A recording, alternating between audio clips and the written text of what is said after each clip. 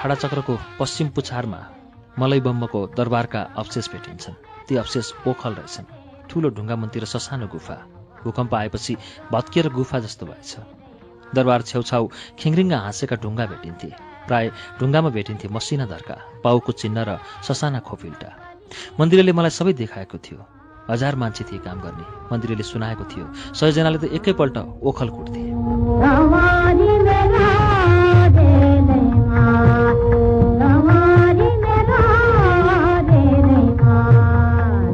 पञ्चदेवल उच्च माविमा मन्दिरको र मेरो चिन्जान भएको थियो। स्कुल पनि कति टाढा हो, झर्दा आधा घण्टा र उक्लिँदा 2 घण्टा लाग्ने। बाले म कालीकोट पुगेको भोलिपल्ट नै दगुराउँदै लगेर भर्ना गरिदिनु भएको थियो 7 कक्षामा। स्कुल पनि कर्कट पाताले छाएको। कर्कट पातालाई हावाले बेला बेला माथितिर फर्काउँथे। छानो खस्छ कि भन्ने डर सधैँ हुन्थ्यो। स्कुलको छेउमा ठूलो पिपलको रुख थियो। गर्मी लाग्यो भने कर्कट पाताको रातदेखि अत्तालिएका विद्यार्थीलाई सरले त्यसकै छायामा पुर्याउँछन् रे। यो पनि मन्दिरले नै सुनाएको थियो।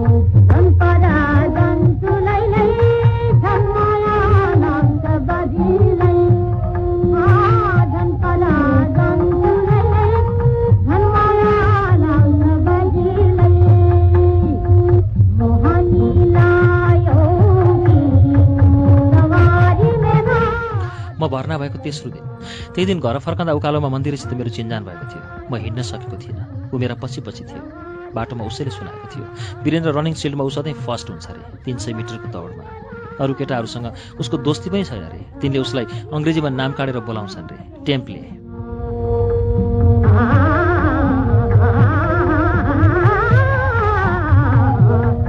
उसलाई अरू केटाहरूले टेम्पले नामबाट बोलाउँदो रहेछन्। पछि मैले थाहा पाएँ बजारको पूर्वपट्टि उसको घर छ। बाउ छैनन्। एक्लै आमालाई उनै हेरविचार गर्छ। ऊ बिहान बिहान बजारमा साग र दुध बेच्न आउँछ। उसकै घर अगाडि ठूलो धारा थियो।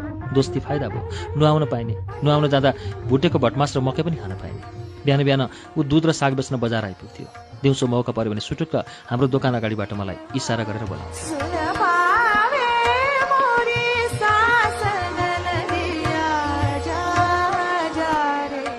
बजार आसपास जताततै हिँडाउँथ्यो र रमाइला कुरा सुनाउँथ्यो। भाषा सिकाउँथ्यो। उकालो र ओह्रालो दगुर्न ट्रेनिङ दिन्थ्यो। एक दिन उसले मलाई बजारको पूर्वपट्टिको अग्लो ढिस्को चढायो। ढिस्कोमा पुग्न बनाइएको थियो ढुङ्गाका 175 खुट्किला। त्यहाँ माथि ठूलो ढुङ्गु थियो, एउटा घर जत्रो। त्यहाँ बसेर तलको बजार हेर्न उसैले सिकायो। यही ढुङ्गामा बसेर रानीले कपाल कोर्थिन् रे। उसले सुनायो उनै रानी के मलाई बम्मकी स्वास्नी।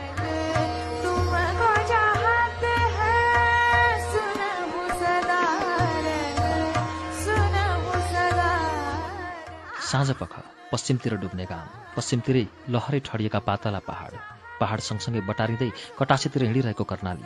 मन्दिरे कहिलेकाहीँ रानी ढुङ्गामा बसेर टाढा टाढा हेरेर टोलाउँथ्यो। म पनि टोलाउँथेँ। बाले हामीलाई कहाँ ल्याएको होला। बजार प्रतिमाबाट सुरु हुन्थ्यो। प्रतिमामा सिजन अनुसार सुन्तला र स्याउ थुप्रन्थे। बाटोको दुवैपट्टि लहरै कटासे साउका दोकान थिए, 6-7 दोकान। अलि माथि आएपछि होटलहरू सुरु हुन्थे, जसका प्राय साइनबोर्डमा लजिङ फुडिङको व्यवस्था छ लेखिएको थियो। अझ माथि आएपछि विष्णु टेलर्स। अझ माथि आयो भने सुन्दर नाईको सैलुन। नाई बेला बेला यस्तो धाक दिन्थ्यो म यो डाँडामा त्यसै आएको छैन, सिडियोले बोलाएर आएको हुँ। अझ माथि आयो भने खम्बाहरूको लहरै होटल र बजारको अन्तमा चौतारो। चौतारोसँगै ताडीका पाण्डेको तरकारी पसल थियो। पसलको छेउमै पानीको धार।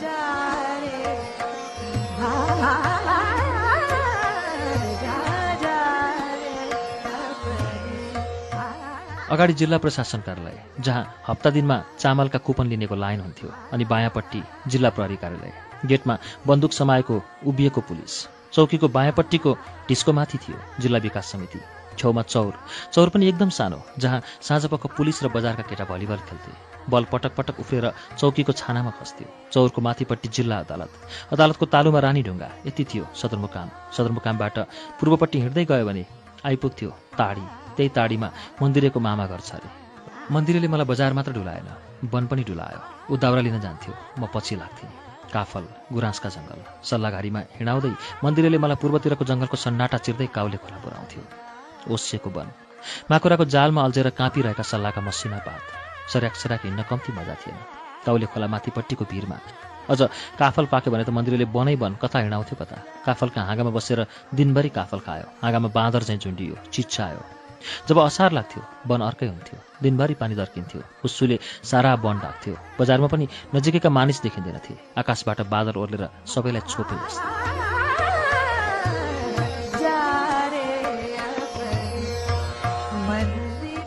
मलाई यस्तो मौसम खुब मन पर्थ्यो। रात दिनको झरीले सिउ सिउ चिसो हुन थालेपछि मान्छे काखीमा हात च्यापेर बजारलाई फन्का लगाइरहन्थे। जब झरी उग्रिन्थ्यो मेरी बाबै पहाडका तालु सिरक ओढे जस्ता देखिन्थे। पूर्वपट्टिको चुलीमालिकाको तालु हिउँले भरिन्थ्यो। जता हेऱ्यो त्यतै हिउँ। जब फागुन चैत लाग्थ्यो गुराँस फुलेर वन राताम्य हुन्थे। मन्दिरले मलाई गुराँसका फूल खान सिकायो। फूलका फेद कर्याक्क पारेर टोक्दा टर्रो रस मुखभरि हुन्थ्यो। पछि बानी नै पर्यो।